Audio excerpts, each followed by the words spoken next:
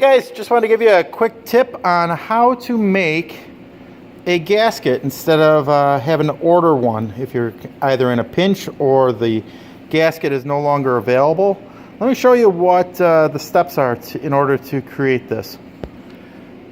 Alright, so first thing you're going to need is some gasket sheet stock. I happened to buy this at my local Napa. It was under $3. You can also buy it in a roll. I'm not too sure what the specs are on that.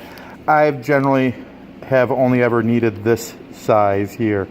I would say it's approximately about 12 inches in length and maybe about six inches in width.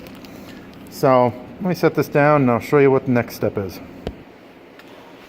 Alright, so next step is just take a wire wheel or whatever, just kind of clean off whatever your old gasket is. And in this case, what I'm going to do is I'm just going to take the material. Now I've already made this one, I'm not going to make another one. But what you do is you set the material on there, and then you'll take, I just use a ball-peen hammer, and then I just kind of just go along the outside edges, just tapping it, and then come in the inside and then tap it. And what will actually happen is while you're tapping, you'll actually be cutting this material away. And you just basically go around the whole thing, and then you can even tap around the holes.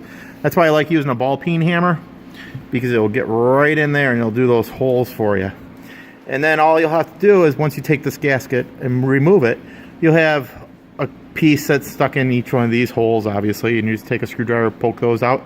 And then these here, they'll just kind of fall inside there. You just take and pull those out of there.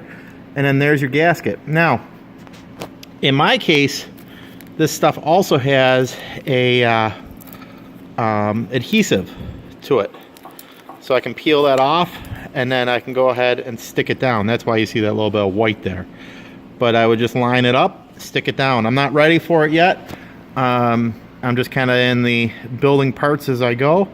But I just wanted to show you guys that quick little tip. Something that I learned many years ago, and I don't know if a lot of people do it or a lot of people know about it. So hopefully it helps somebody out there. Alrighty guys, if you like this type of stuff, please rate, comment, and subscribe. Oh, and just a little update on the old backhoe. Went through and replaced the 30-something-year-old belts that were on it. And yep, if you ever need belts for a John Deere backhoe, the part number is that from Napa, 259620. Now you can get, they did have the John Deere original length belts, but they were like $27 or $30 a piece. I think they're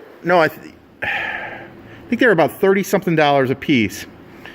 And then I said, you know what, look up the equivalent lengthwise in a stock belt. Turned out that a stock belt was 3/8 of an inch or ½ an inch shorter, and I had more than enough movement on my alternator to get a standard belt on there. And a standard belt costs something like $15 a piece, I believe is what I paid. So for two belts, you know, it was 30 bucks. Whereas if I would have bought the John Deere length for that ½ an inch extra, I would have been in it for something like 60 something bucks. So, yeah, that's that. So, alrighty guys, I'll talk to you later.